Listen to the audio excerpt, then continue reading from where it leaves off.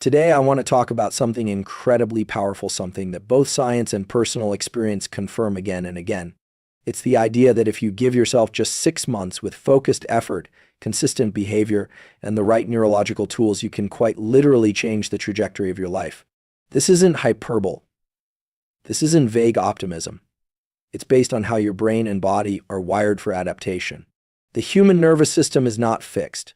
Neuroplasticity, the brain's ability to change itself, is active throughout life. What that means is, no matter your starting point, no matter what habits you've struggled with in the past, your biology supports change. But there's a catch: it requires deliberate intensity and repetition over time.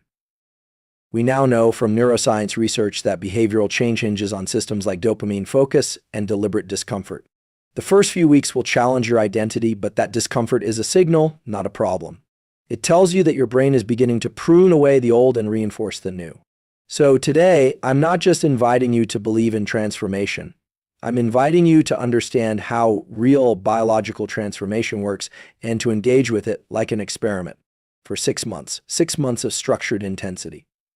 6 months of showing up. 6 months of becoming your own protocol. Neuroplasticity is the brain's ability to change itself in response to experience. This is not just a scientific curiosity, it is the foundation of how any transformation happens, whether physical, emotional, or behavioral. When we talk about giving yourself 6 months to change everything, what we are really talking about is giving the brain 6 months of consistent, repeated experience to rewire itself. Every thought you have, every action you take, and every behavior you engage in sends a signal to your nervous system, telling it what to strengthen and what to discard. The challenge most people face is not that change is impossible, but that they never stay with the same signal long enough for the nervous system to adapt. Neuroplasticity is time-dependent and repetition-dependent. Sporadic effort will not lead to meaningful rewiring, but daily, structured repetition, especially when paired with focus and emotional engagement, can completely reshape how the brain processes information, how the body responds to stimuli, and how habits are formed and maintained. The first principle of engaging neuroplasticity is intensity. The brain does not change in response to neutral, passive engagement. It changes in response to challenge and focus. When you deliberately practice a new behavior, whether it's waking up early, changing your nutrition, exercising, meditating, or writing, you need to bring full attention to the activity. Passive repetition is far less effective than deep, attentive repetition. This is because the brain's plasticity mechanisms, such as long-term potentiation, rely heavily on the release of certain neuromodulators like acetylcholine and norepinephrine, which are only released when we are fully engaged. This is why multitasking and distraction are enemies of change. If you spend 6 months half engaged with your goals, you will only get halfway results. But if you direct high-intensity focus towards specific actions every day, even for short bursts, you activate the very circuitry that drives change at the cellular level. Another key element is timing. Neuroplasticity is heightened during certain windows. For instance, the first 30 minutes after waking is a prime time for learning and encoding new behaviors because your brain is naturally more plastic due to shifts in brain chemistry. Leveraging this window to practice your key habit, whether it's movement, writing, goal setting, or learning, can accelerate the rate at which your nervous system encodes that behavior as part of your identity. Similarly, repetition spaced across the day, ideally morning and evening, strengthens the signal. The brain does not care how you feel about the activity, it cares how often you do it. Repetition is the driver of identity. What's often misunderstood about neuroplasticity is that it's not just about learning new skills. It's about unlearning old patterns. Every time you engage in a new behavior, you are not only building new connections, you are weakening old ones through a process called synaptic pruning.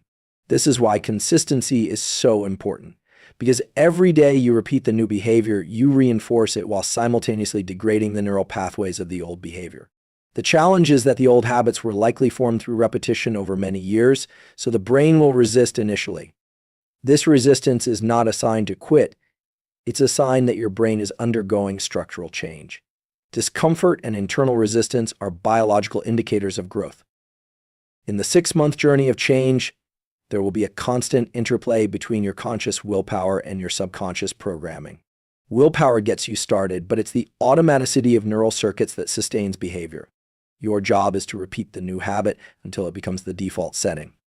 Studies show that the average time it takes to form a stable habit is not 21 days, it's closer to 60 to 120 days, depending on the complexity and emotional salience of the behavior.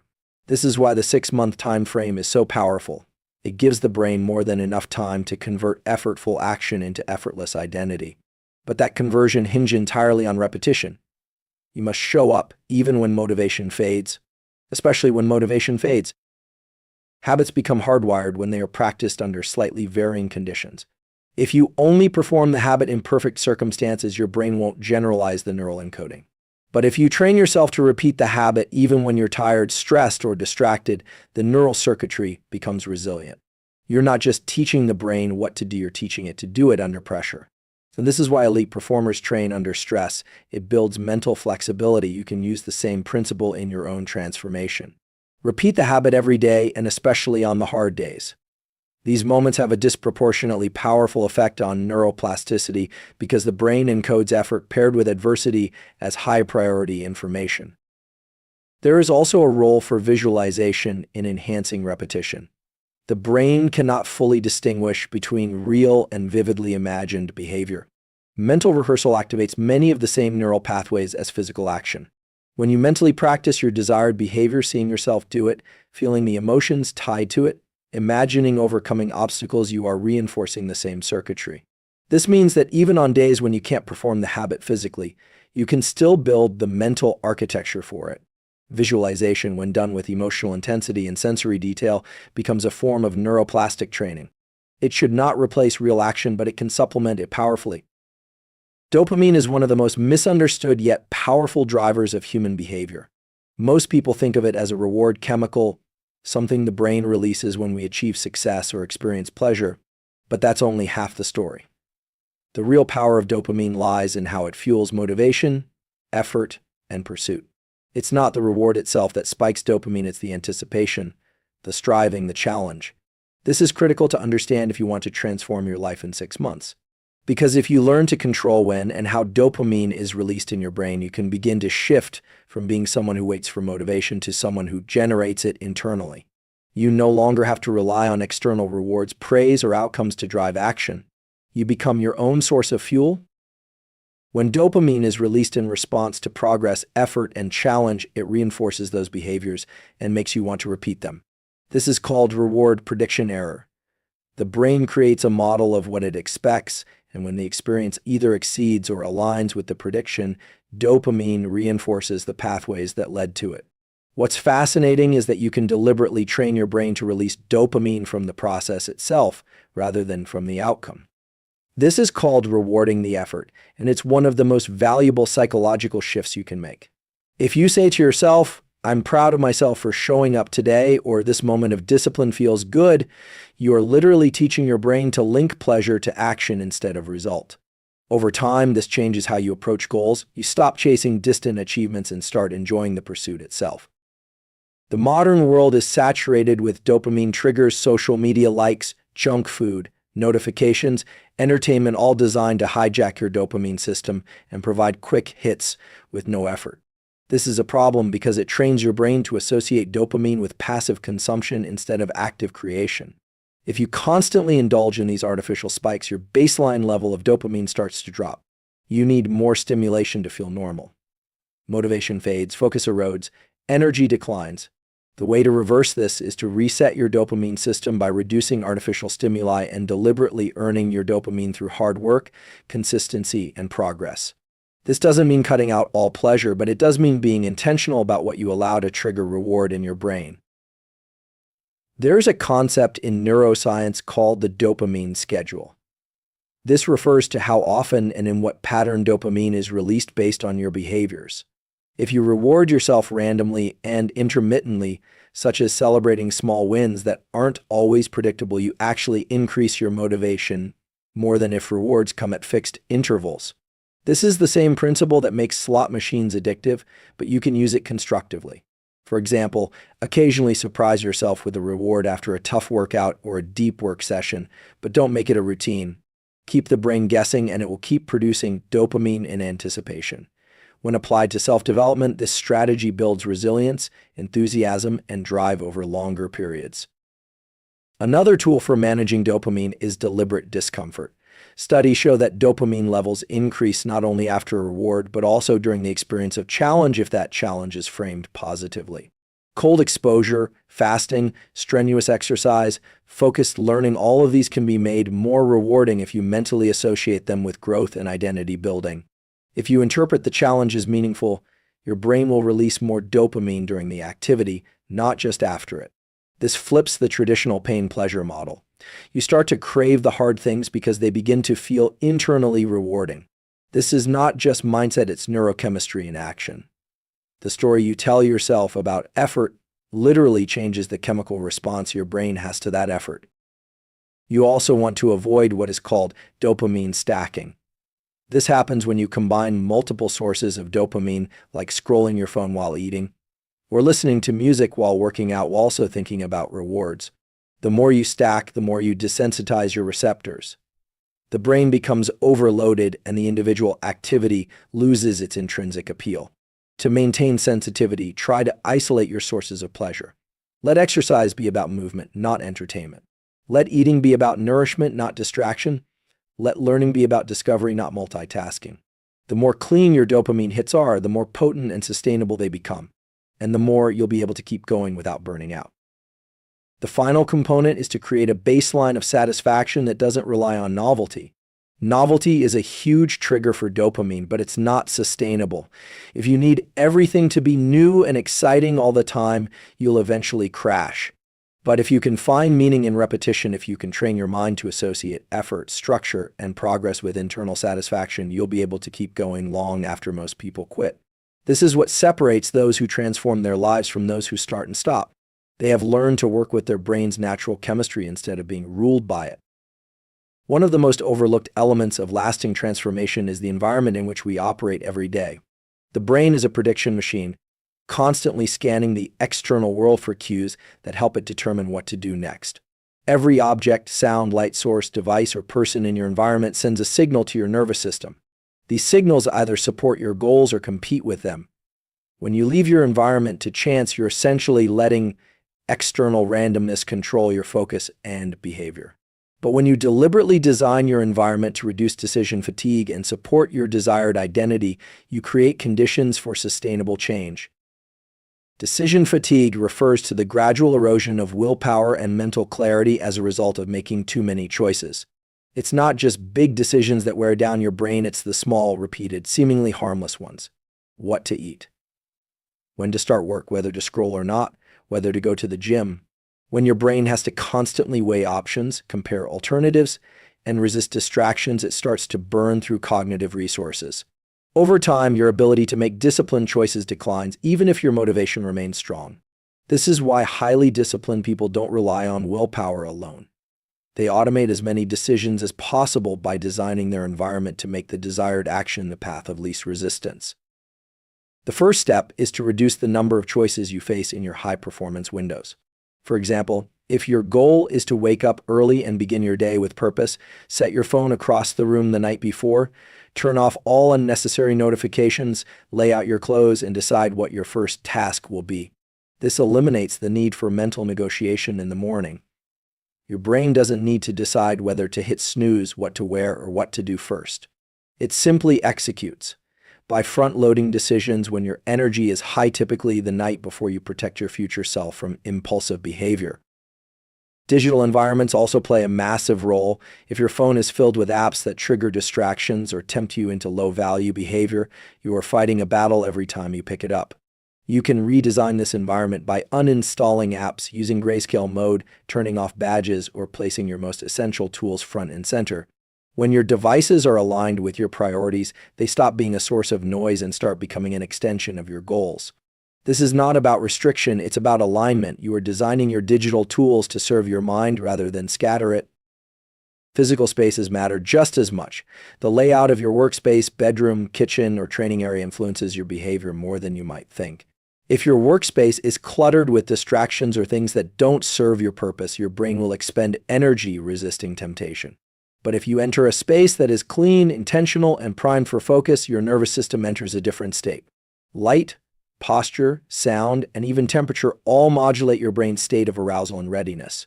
For example, bright overhead light and upright posture activate alertness, promoting circuits in the brainstem and cortex. This makes you more focused and less prone to procrastination. Subtle environmental changes can have massive cumulative impact over a 6-month period. You can also stack your environment with behavioral cues that trigger your desired habits. This is known as cue-based habit formation. If your goal is to journal each morning, placing your journal and pen on your pillow or next to your coffee mug creates a frictionless pathway to follow. If your goal is to exercise, placing your shoes and water bottle by the door the night before reduces the psychological barrier to starting. These small cues serve as neural primers. They signal to the brain what to do next, reducing the cognitive cost of initiation. Once a behavior is initiated, it becomes easier to sustain. The key is to reduce the energy required to begin. Another strategy is to deliberately limit access to temptations or behaviors that you are trying to change. This is known as environment shielding. If you're trying to reduce mindless eating, remove processed snacks from your line of sight. If you're trying to focus more deeply, install website blockers during your deep work hours. These small boundaries protect your attention and energy. The brain is highly responsive to what is available and visible. Out of sight often truly becomes out of mind because neural circuits tied to reward seeking are not activated in the absence of triggers. It's important to understand that your environment is not neutral. It's always nudging you towards something. Either it's supporting your discipline or it's making discipline more difficult. By redesigning your physical, digital, and social environments to be congruent with your goals, you create a form of external structure that supports internal consistency. This doesn't mean you have to live rigidly or remove all flexibility. It means the default choices in your environment are aligned with the identity you are trying to build.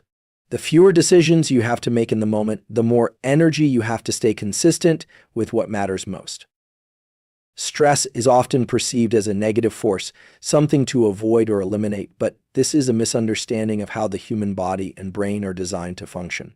From a biological and evolutionary standpoint, stress is a catalyst for adaptation. It is the signal that alerts your nervous system to the need for change. When managed and directed correctly, stress can become one of the most powerful tools in the process of transformation. The key is not to avoid stress, but to learn how to engage with it deliberately, using it to drive mental, emotional, and physical growth over time. This approach is grounded in the concept of hormesis, where exposure to controlled amounts of stress strengthens the system. The human nervous system is designed to respond to challenge. When you experience stress, your body releases hormones like adrenaline, cortisol, and noradrenaline. These hormones increase alertness, focus, and energy availability. In short bursts, this stress response sharpens your cognitive and physical abilities. If you avoid all discomfort or always seek comfort, your nervous system becomes less responsive and more fragile. But if you train your brain and body to step into stress on purpose, to deliberately engage in effortful, uncomfortable activities, you teach your system to become more resilient. This is how athletes, performers, and high achievers in any field build endurance, both mentally and physically. They don't just endure stress. They rehearse it, they learn to breathe through it, and they eventually thrive within it. There are two types of stress, eustress and distress. Eustress is the kind of stress that feels challenging but manageable. It's the signal that you're pushing your limits in a healthy way. Distress is the type of stress that overwhelms the system, often caused by chronic, unrelenting pressure without recovery. The goal is to intentionally engage in eustress-producing activities, cold exposure, focused learning, hard workouts, public speaking, fasting, writing, or problem solving, so that your nervous system becomes more adaptive. Each time you enter a controlled stress state and then return to baseline, you increase your capacity for future challenge. Your heart rate recovers faster, your breathing normalizes more quickly, and your mind regains clarity sooner. This cycle of challenge and recovery is how resilience is built. The reason this matters for a 6-month transformation is because growth cannot occur in the absence of stress. Change is inherently uncomfortable. The moment you attempt to adopt a new habit, wake up earlier, move your body more, eat differently, or think in a new way, you're introducing stress into your system. If you perceive that stress is a threat, your nervous system will resist it. But if you interpret that stress as a signal of growth, your brain releases chemicals that support learning, memory, and motivation. Perception of stress determines its impact. This is supported by research showing that people who believe stress helps them grow actually have better health and performance outcomes than those who see stress as purely harmful. Another important factor is your breathing and posture during stress. These are direct inputs to the autonomic nervous system. When you are under pressure, your breath becomes shallow and rapid, and your posture often collapses. But if you train yourself to slow your breathing, to take deliberate inhales and even longer exhales, you send a signal to your brainstem that you are in control. This activates the parasympathetic nervous system and allows you to maintain clarity even under pressure. Likewise, an upright posture with expanded chest and lifted head changes the body's interpretation of the moment. These physical adjustments can shift your internal chemistry from panic to readiness, allowing you to use stress as fuel instead of letting it become a barrier. Sleep and recovery are also essential components of stress adaptation. When you challenge your system during the day through intense effort, learning, or physical strain, your body and brain need rest in order to rebuild. Sleep is when the brain consolidates memories, repairs neural tissue, and restores chemical balance. Without adequate recovery, the stress you accumulate turns from beneficial to harmful. But with strategic cycles of stress and rest, you accelerate adaptation. This is why rest is not laziness, it's part of the protocol. The nervous system can only grow stronger if it has the chance to reset. Pushing constantly without breaks leads to burnout, but cycling between deliberate intensity and intentional rest leads to expansion. Equally important is developing the mindset that difficult moments are invitations for rewiring. When you encounter friction, when a workout feels hard, when a conversation is uncomfortable, when the temptation to quit is loud, those are the exact moments when your identity is reshaping. The brain is most plastic under emotional weight.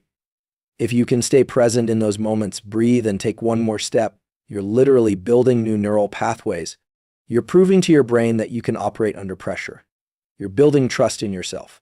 Over time, what used to feel overwhelming becomes familiar. What once triggered avoidance now signals opportunity. This is how stress becomes not an enemy but a compass.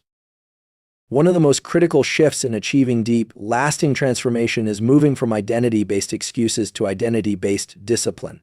Most people approach change by trying to manipulate their behaviors, wake up earlier, exercise more, procrastinate less, but they do so while still holding on to a self-image that contradicts those actions. The brain, however, will always work to stay consistent with the identity it believes is true. If you see yourself as someone who just isn't consistent, or always gives up, or can't focus, you will subconsciously create conditions to prove that narrative right. This is not a character flaw, it's a neurological loop. Identity shapes perception, perception shapes behavior, and behavior reinforces identity. To truly change your life in 6 months, you must be willing to challenge and reconstruct the internal blueprint of who you think you are. Every behavior you repeat is a vote for the type of person you believe yourself to be.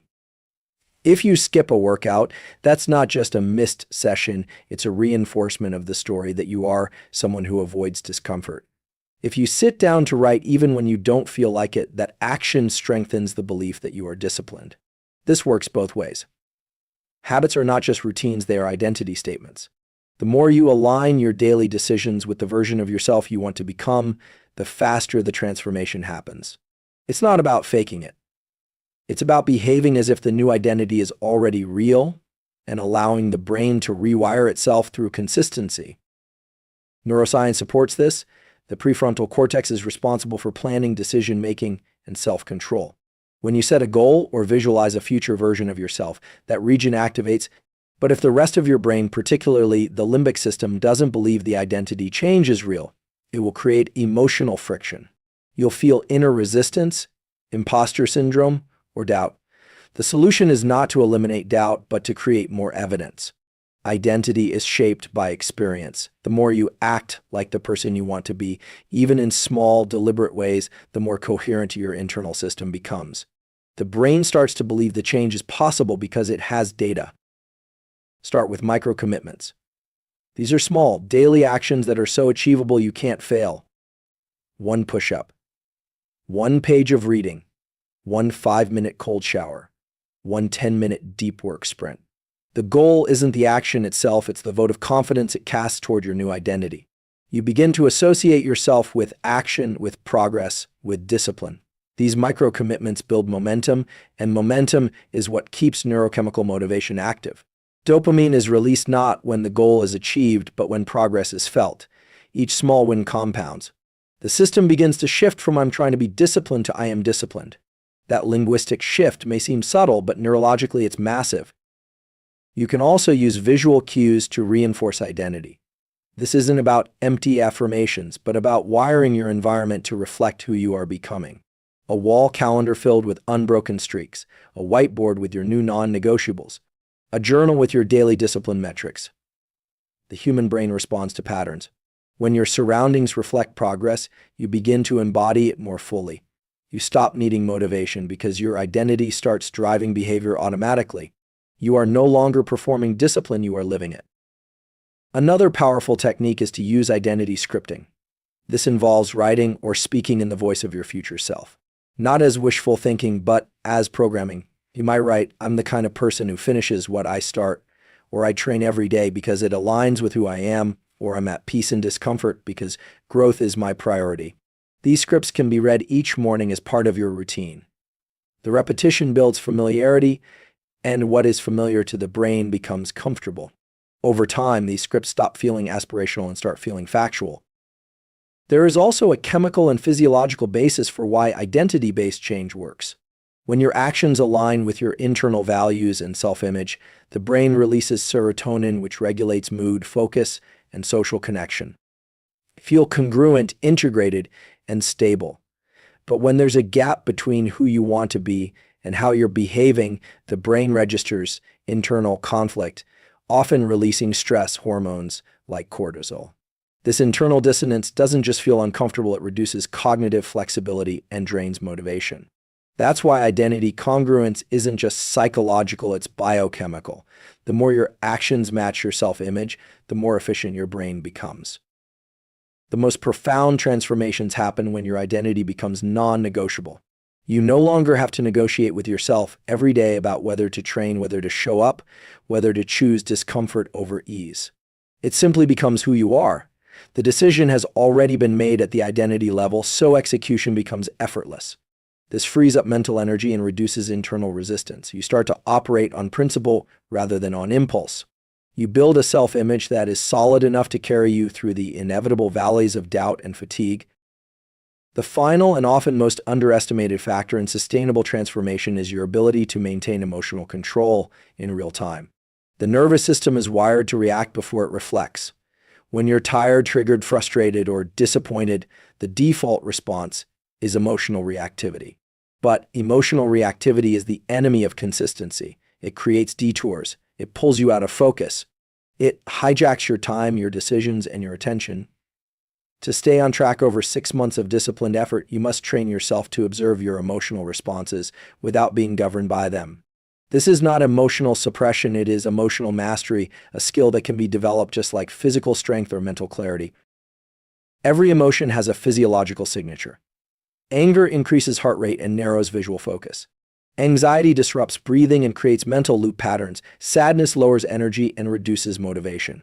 These responses are not random, they are part of your autonomic system's attempt to prepare you for perceived threats or needs.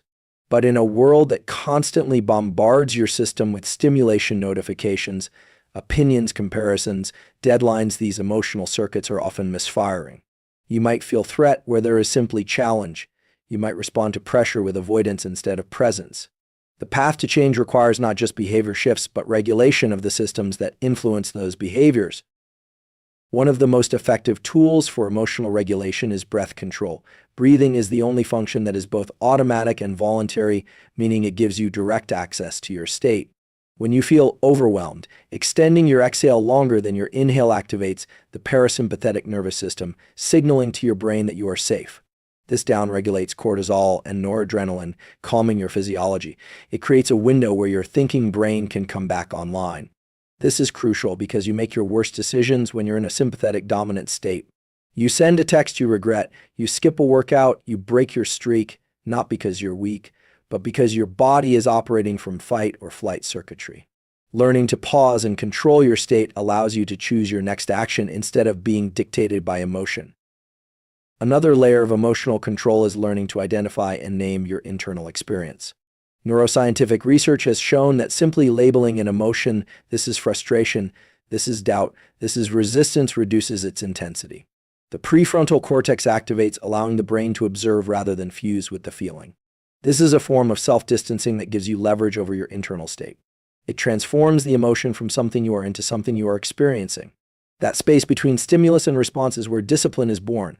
And the more often you practice this in the moment during a tough workout, a boring task, or an uncomfortable conversation, the more your brain learns that you are in control, not your emotions. Mental reframing is also essential. Emotional responses are largely interpretations. Two people can experience the same situation with radically different reactions based on the narrative running through their mind.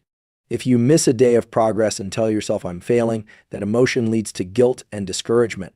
If instead you tell yourself, "This is part of recalibrating," your nervous system stays regulated. You're more likely to get back on track quickly. The brain believes the story you tell it. Emotional control is not just about suppression, but narration, choosing the lens through which you interpret events. This shifts the chemistry of your experience and keeps you in momentum. There is also a social component to emotional regulation. The people around you can either trigger dysregulation or support coherence. Conversations filled with drama, pessimism, or comparison flood your brain with unnecessary emotional noise. On the other hand, environments that encourage composure, clarity, and long-term thinking strengthen your ability to stay calm and deliberate. This is why choosing your influences is not just about avoiding negativity, but about protecting your nervous system. Every interaction either stabilizes or destabilizes your state. High performers understand this and are deliberate about who they let into their emotional space.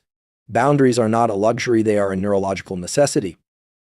Sleep, nutrition, and movement are also emotional regulators. When you're sleep deprived, your amygdala, the brain's fear and emotion center, becomes hyperactive. Your ability to manage frustration or delay gratification plummets. A clean diet that supports stable blood sugar and gut health reduces the physiological triggers of mood swings. Regular physical movement, especially zone 2 cardio or resistance training, promotes neurochemical balance and lowers stress hormones. These physical habits create a more stable baseline, which makes it easier to practice emotional discipline when life applies pressure. They are not optional, they are foundational. Training yourself to sit in discomfort without needing to fix, escape, or numb it builds the kind of emotional strength that sustains discipline through any challenge. Discomfort is the crucible where emotional regulation is forged. If you avoid discomfort, you avoid growth. But if you can sit with it, breathe through it, let it rise and pass without reaction, you develop inner power that can't be shaken by circumstance.